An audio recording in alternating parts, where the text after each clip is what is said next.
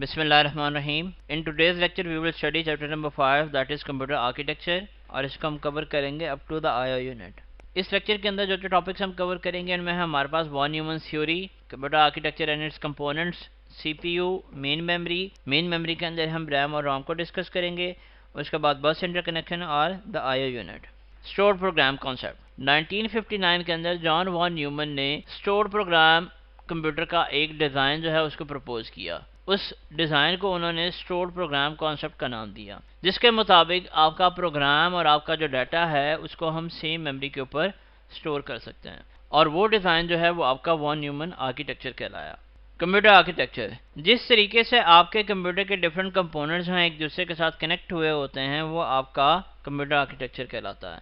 आपके computer architecture के components के अंदर सबसे पहले हमारे पास सीपीयू आता है, जिसके अंदर फर्दर कंट्रोल यूनिट और अरिथमेटिक लॉजिकल यूनिट होते हैं। उसके बाद सेकंड पे हमारे पास मेन मेमोरी आती है, फिर आईओ यूनिट आता है और एट द एंड हमारे पास बस इंटरकनेक्शन आता है। CPU actually brain of computer है। आपके कंप्यूटर के अंदर जो प्रोसेसर है उसको हम सीपीयू बोलते हैं और ये हमेशा मदरबोर्ड के ऊपर लोकेट किया जा सकता है। ये डिफरेंट टाइप्स ऑफ ऑपरेशंस को परफॉर्म करता है according to given instructions. Components of CPU, उसमें हमारे पास दो कंपोनेंट्स हैं। हमारे पास एक एएलयू है और एक हमारे पास कंट्रोल यूनिट है, दैट इज सीयू। एएलयू जो है आपका ऐसा सर्किट होता है जो अरिथमेटिक या लॉजिकल ऑपरेशंस को परफॉर्म कर सकता है। एएलयू जो है आपके दो यूनिट्स के ऊपर कंटेन करता है, जिसके अंदर एक आपका अरिथमेटिक यूनिट होता है और एक आपका लॉजिकल यूनिट होता है। अरिथमेटिक यूनिट जो है ये अरिथमेटिक ऑपरेशंस परफॉर्म करने के लिए इस्तेमाल होता है, जबकि लॉजिकल यूनिट जो है आपके लॉजिकल ऑपरेशंस को परफॉर्म करने के लिए इस्तेमाल होता है। कंट्रोल यूनिट एक्चुअली आपके कंप्यूटर का सुपरवाइजर होता है, जो कि आपकी इंस्ट्रक्शंस को डिकोड करता है और इनकी एग्जीक्यूशन को कंट्रोल करता है। आपके कंप्यूटर के अंदर जितने भी एक्टिविटीज़ हो रही होती हैं उन एक्टिविटीज़ के साथ कोऑर्डिनेशन और उनको कंट्रोल करना भी कंट्रोल यूनिट की जिम्मेदारी है। उसके बाद क्वेश्चन है हमारे पास, arithmetic logic unit perform the following action. Option alpha है control computer operations, option beta है perform arithmetic functions, option Charlie है perform logical comparison, option delta है हमारे पास both B and C. Question की स्टेटमेंट देखें तो उसमें हमसे पूछा गया कि अरिथमेटिक लॉजिक यूनिट जो है कौन कौन से एक्शन जो है परफॉर्म कर सकता है। तो इसका करेक्ट आंसर हमारे पास डेल्टा है, that is both B and C. क्योंकि हमें पता है कि अरिथमेटिक लॉजिक यूनिट जो है सीपीयू का कंपोनेंट है और इसमें दो पार्ट्स होते हैं। इसमें एक हमारे पास अरिथमेटिक यूनिट होता है और एक मेरे पास लॉजिकल यूनिट होता है। अरिथमेटिक यूनिट जो है अरिथमेटिक फंक्शंस को परफॉर्म करने के लिए इस्तेमाल होता है, जबकि लॉजिकल यूनिट जो है लॉजिकल कंपैरिजन करने के लिए इस्तेमाल होता है। तो इसमें जो करेक्ट आंसर है हमारे पास डेल्टा बनेगा, that is both B and C. उसके बाद अगला क्वेश्चन है हमारे पास, CPU stands for. Option alpha में है हमारे पास कंट्रोल यूनिट, ऑप्शन बीटा के अंदर है कैशे यूनिट, ऑप्शन चार्ली के अंदर है central processing unit, option delta के अंदर है कम्युनिकेशन यूनिट। क्वेश्चन की स्टेटमेंट देखें तो इसमें हमसे सीपीयू के एब्रीवेशन के बारे में पूछा गया है कि सीपीयू स्टैंड्स फॉर। तो इसमें जो करेक्ट आंसर है वो हमारे पास चार्ली है, that is central processing unit.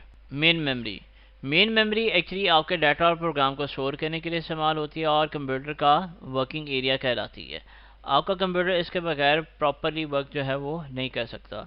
ये एक स्पेशल चिप से बनाई जाती है जिसके अंदर मिलियंस ऑफ सेल्स जो हैं वो मौजूद होते हैं। सेल्स जो हैं cell logically organise group of 8 bits होते हैं, जिसको हम नॉर्मली बाइट भी बोलते हैं। जो हर बाइट है, हर बाइट को हम एक यूनिक नंबर असाइन करते हैं और वो यूनिक नंबर जो है उसका एड्रेस कहलाता है। आपके पास मेन मेमोरी की दो टाइप्स हैं, जिनमें हमारे पास रैम आती है और रोम आती है। नंबर 1 पे है हमारे पास रैम के अंदर हम डाटा को रीड भी कर सकते हैं और राइट भी कर सकते हैं, और ये सारे के सारे काम हम रैंडमली परफॉर्म कर सकते हैं। दैट्स वाई इसको हम डायरेक्ट एक्सेस मेमोरी भी बोलते हैं। रैम जो है, रैम वोलाटाइल मेमोरी होती है। इसका मतलब ये है कि जब भी आपकी पावर जो है वो ऑफ होगी तो इसके अंदर जो भी डाटा होता है वो आपका लॉस हो सकता है। टाइप्स ऑफ रैम, उसमें सबसे पहले हमारे पास डी रैम आती है। डी रैम जो है अपने अंदर डाटा को इलेक्ट्रिकल चार्ज के फॉर्मेट के अंदर स्टोर करती है। इसको डाटा को रीड या राइट करने के लिए पीरियोडिक रिफ्रेशिंग रिक्वायर्ड होती है, दैट्स वाई ये ज़्यादा पावर जो है उसको कंज्यूम करती है। लेकिन कॉस्ट के हिसाब से ये as compare to other type of RAMs ये थोड़ी सी इनएक्सपेंसिव है। उसके बाद है हमारे पास second term S RAM, that is static random access memory. S RAM को डाटा को रीड या राइट एक्शन परफॉर्म करने के लिए पीरियोडिक रिफ्रेशिंग जो है वो रिक्वायर्ड नहीं होती। दैट्स वाई ये डी रैम की निस्बत लेस पावर को कंज्यूम करता है, लेकिन कॉस्ट के हिसाब से ये आपका डी रैम की निस्बत एक्सपेंसिव है और स्पीड के लिहाज से उसकी निस्बत थोड़ा सा फास्टर होती है। ये कैशे मेमोरी को बिल्ड करने के लिए इस्तेमाल होती है। कैशे मेमोरी आपकी स्मॉलर साइज़ की वो मेमोरी होती है जो कि आपके सीपीयू की परफॉर्मेंस को एनहांस करने के लिए इस्तेमाल होती है। उसके बाद हमारे पास second type of main memory आती है, that is read only memory. जैसा कि नाम से जाहिर है, ये आपकी ऐसी मेमोरी है जिसके ऊपर आप डाटा को सिर्फ और सिर्फ रीड कर सकते हैं। इसके अंदर आपकी बूटिंग ऑफ कंप्यूटर से रिलेटेड डाटा जो है वो स्टोर किया जाता है।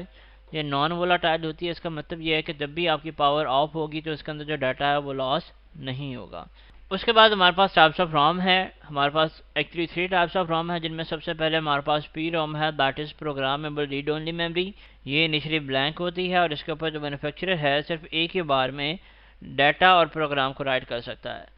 उसके बाद हमारे पास सेकंड टाइप आती है, that is EP ROM. EP ROM stands for erasable programmable read only memory. ये भी इनिशियली ब्लैंक होती है और इसके अंदर मैन्युफैक्चरर जो है स्पेशल डिवाइसेस को यूज़ करते हुए डाटा और प्रोग्राम को राइट करता है। इसके अंदर जो डाटा और प्रोग्राम है उसको हम एक बार राइट करने के बाद उसको इरेज भी कर सकते हैं यूजिंग अल्ट्रा वायलेट रेज। उसके बाद हमारे पास इसकी थर्ड टाइप आती है, that is double EP ROM. ये आपकी ऐसी मेमोरी होती है जो कि इनिशियली ब्लैंक होती है और मैन्युफैक्चरर इसके ऊपर भी डाटा और प्रोग्राम को राइट एक बार करके उसको दोबारा इरेज कर सकता है, लेकिन इरेज करने के लिए उसको different type of special electrical devices जो हैं वो इस्तेमाल करने पड़ते हैं। उसके बाद एमसीक्यू है हमारे पास है, an important characteristic of RAM is that. Option alpha है हमारे पास, it is read only. Option beta है, it is write only.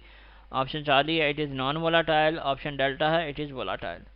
Question की स्टेटमेंट देखें तो उसमें हमसे इंपॉर्टेंट कैरेक्टरिस्टिक के बारे में पूछा गया है रैम के, तो इसमें करेक्ट आंसर है इसका delta, that is it is volatile.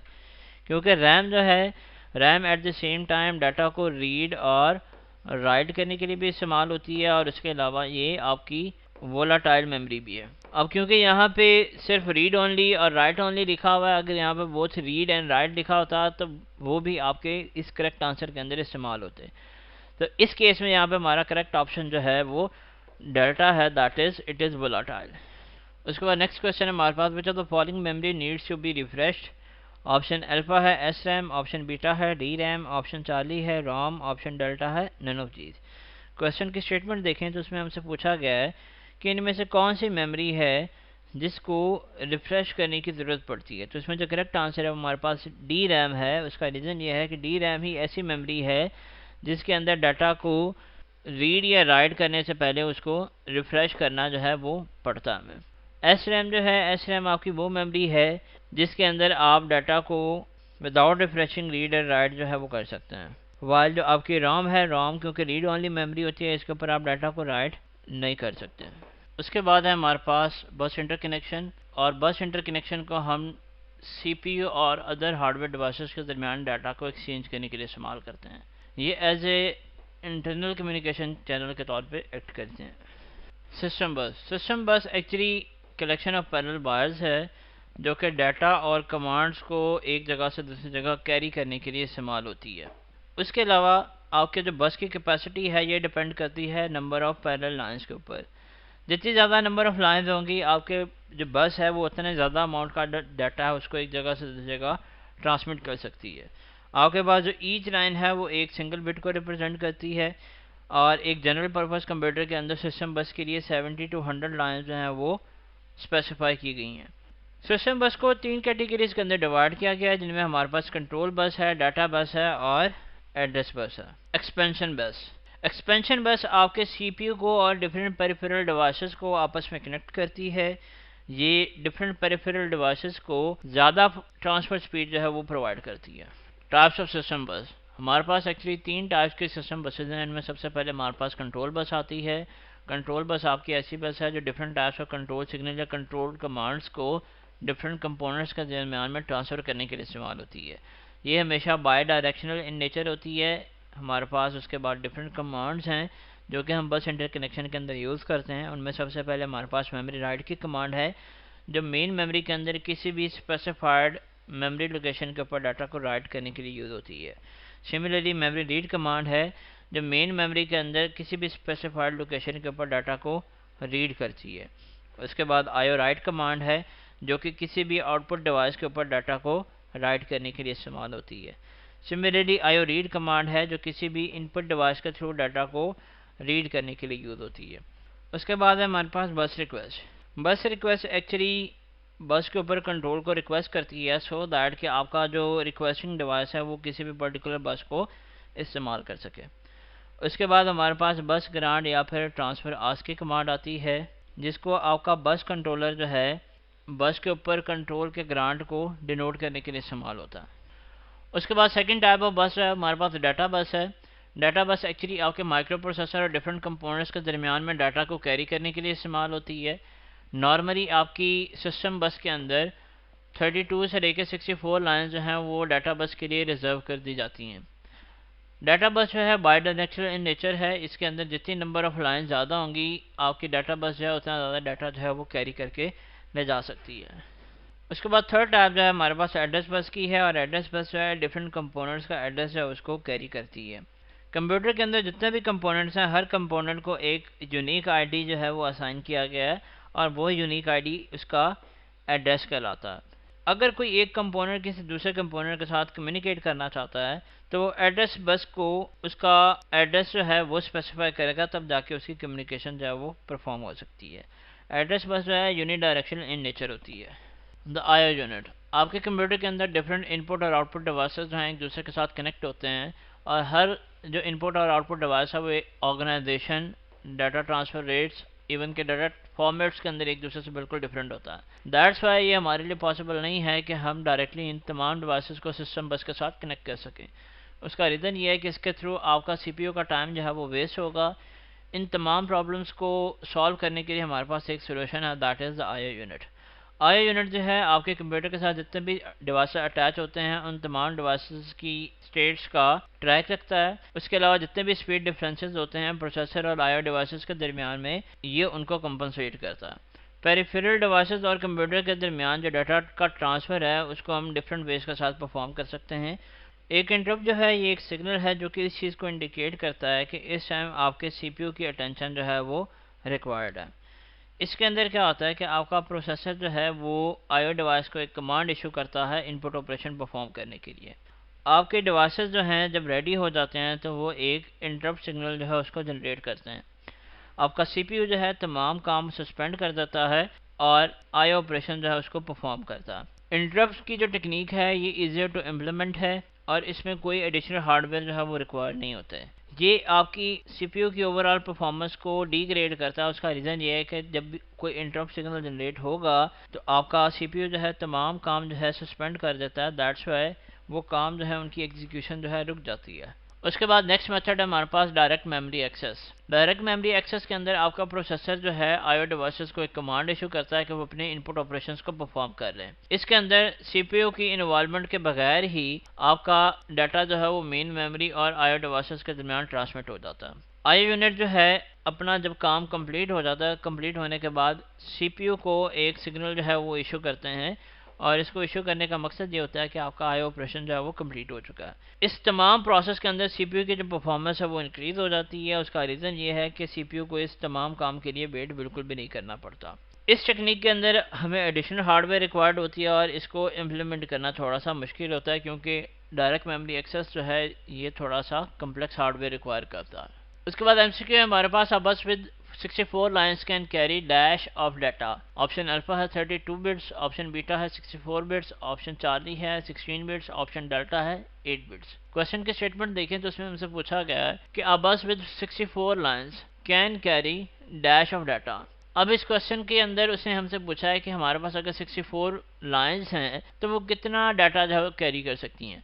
हमें पता है कि एक लाइन जो है वो आपकी इक्वलेंट होती है एक बिट के। इट मीन्स कि आपकी 64 लाइन्स जो हैं 64 लाइन्स 64 बिट्स को ट्रांसफ़र कर सकती हैं या 64 बिट्स को कैरी कर सकती हैं। तो हमारे पास जो करेक्ट आंसर है वो बीटा होगा, दैट इज़ 64 बिट्स। उसके बाद हमारे पास क्वेश्चन है विच of the following is the signal. Option alpha है डीएमए, ऑप्शन बीटा है इंटरप्ट, ऑप्शन चार्ली है मेमोरी, ऑप्शन डेल्टा है नन ऑफ दीज।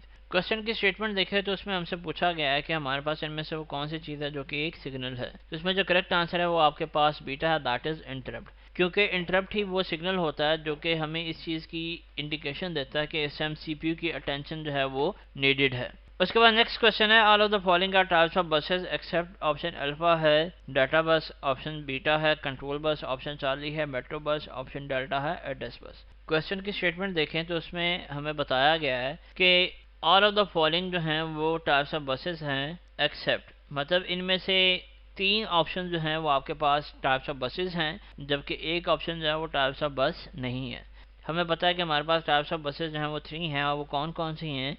एक डाटा बस है, एक कंट्रोल बस है और एक एड्रेस बस है। तो इसमें जो करेक्ट आंसर हमारे पास है वो चार्ली है, दैट इज़ मेट्रो बस। और इसके साथ ही हमारा आज का लेक्चर ख़त्म होता है। Thank you so much.